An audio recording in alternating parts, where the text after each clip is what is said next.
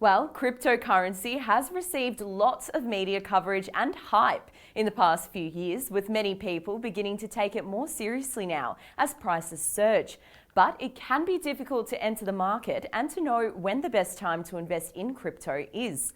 A startup called COINANALYST is making this all the more easier by collecting millions of cryptocurrency data points by monitoring news sites, social media, and the web. They use artificial intelligence as well as machine learning to create indicators that help both beginners and seasoned investors alike. For more, let's bring in Pascal Lauria, the CEO and founder of COINANALYST, who joins us live now. Welcome to Ticker News. Thank you for your time today. Hi, Natasha. Welcome. It's a pleasure.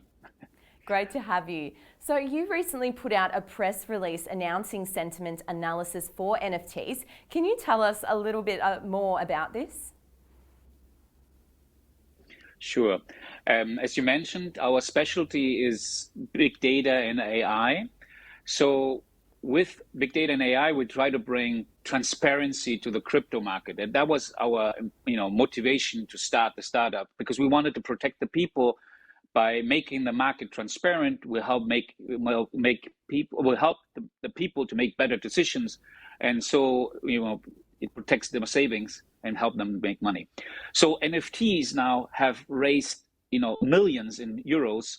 So at certain arts, there's some NFT images sold for like $6 million and more. It's unbelievable. So we have a situation here where we have products that are out of the creator economy, which belong basically the future passion economy. Remember that word that's going to become a new thing, right? It's the passion economy, because everything that's created is done with passion. So that means that sentiment is actually the key for the valuation, because if people have passion for that image or for that song, they're willing to pay a lot of money for it.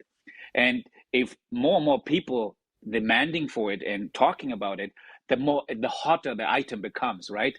So there is passion and demand and supply, and nothing better than our technology to monitor your NFTs that you want to follow and watch your assets, your digital assets, in the appreciation and popularity, and in the popularity as well as in the sentiment, right? So that's why we think that what we bring to the table is the most important piece in order to monitor that asset, to estimate it if it has if it's going to go up or if it's going to go down. It's like an art, right? And so you want to watch your investments, and so that's why we said we got to watch the NFTs and provide sentiment analysis for the NFT market, because it's part of the crypto space. As I'm writing here, crypto is coming and encryption is coming. So the more crypto is coming to the masses, you will need products like us that will help you to bring those sentiment analysis, those trend analysis, and the buzz about those assets. Because if the buzz goes up, the hotter it becomes, the more people will demand it. And if there's only one piece, like a Mona Lisa, the demand and the price will appreciate. Now, you mentioned passion economy there. A little bit, sorry. No, that's all right. You mentioned passion economy there. Could you maybe explain a little bit more about what that is? Yeah, so this is very new. I'm not sure if it's gonna stick, but latest, that's how people are describing it. Basically, the creator economy is anything that people create, like a designer creating an art, digital art in this case, especially if it's NFT, or music that you want to digitalize and now share on the royalties, right? So anything that we produce, we say it's created through passion, right? So we just think on a meta level that the creator economy is a section, it's part of the passion economy. That's what it is about. And you can be a designer creating websites and whatever, and you put your NFT that make it clear that it's you, that you designed it. Or you could even in e-games create the designs of the outfits and sell it like an Armani would be selling its beautiful dress for like a for the next gala, whatever it is, right? So that could be all in digital as well.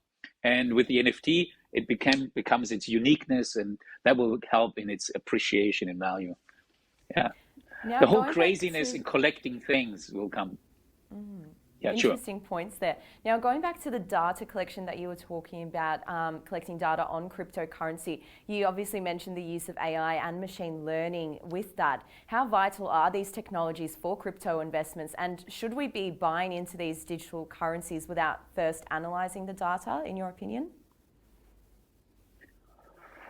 Well, I'm a fundamental investor, so that's how I made my first million. And yeah, I definitely would strongly recommend to always research and analyze and know in what you're putting your money on. I mean, you wouldn't give anybody your money. You want to get to know the person. If you invest in somebody, why would you be different in crypto just because there's a hype and your buddy just says, "Oh, you got to buy that coin," and then you're just going to throw 30,000 or whatever just blindly? I mean, that's crazy, right? So I strongly recommend, highly recommend, please read first. Make sure that you feel comfortable, that you believe in it, and even if it is not successful, at least you were behind the idea.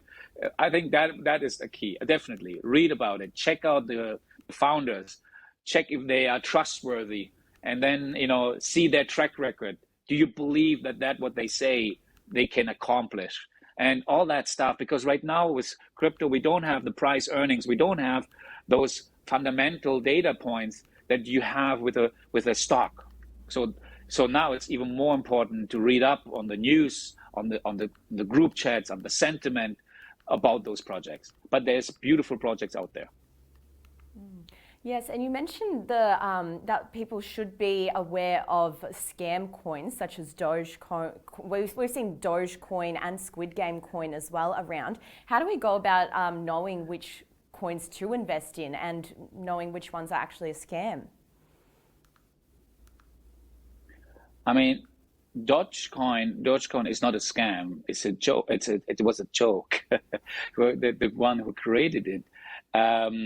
But there's no fundamentals behind it. So I wouldn't call it a scam, but it's something that there's no fundamental business case for it, right? And there's no real purpose. It was just a Me Too, making fun of the crypto space and the people that are just buying crazy coins. I would look like I go in sections. So, for example, what is the most successful or most reliable store of value coin? Which coin which is out there would I trust as my store of value? So which is my gold alternative?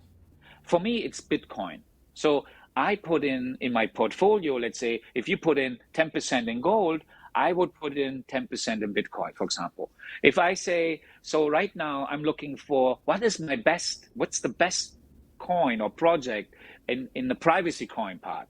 So for me, for example, there's Zcash, there's Monero, and all these kind of players. I would take Monero because Monero is still the leader in it. And then I would go on, for example, what is the leading attention token? And then in the attention token, you get paid coins for using content or getting attention, basically. So the BAT coin, BAT coin, would be for me with the browser, Brave browser, by the way, very recommendable, great browser. You make coins by browsing. You can make $300 in a year if you just use that browser. It's amazing, right? Just for fun, $300 with a coin. So with a BAT coin. And then you have DeFi, where you can look at the DeFi projects. And again, you look where it's the best, and that's where I would put the money. So you start researching, see what is the most popular, and then put the money there. And always have a split in your portfolio. Make sure that don't put all your eggs in one basket. Great points there. Thank you so much for your time, Pascal. Really enjoyed hearing your insights into crypto. Thank you for your time. Thank you very much, and cheers from Germany, Australia.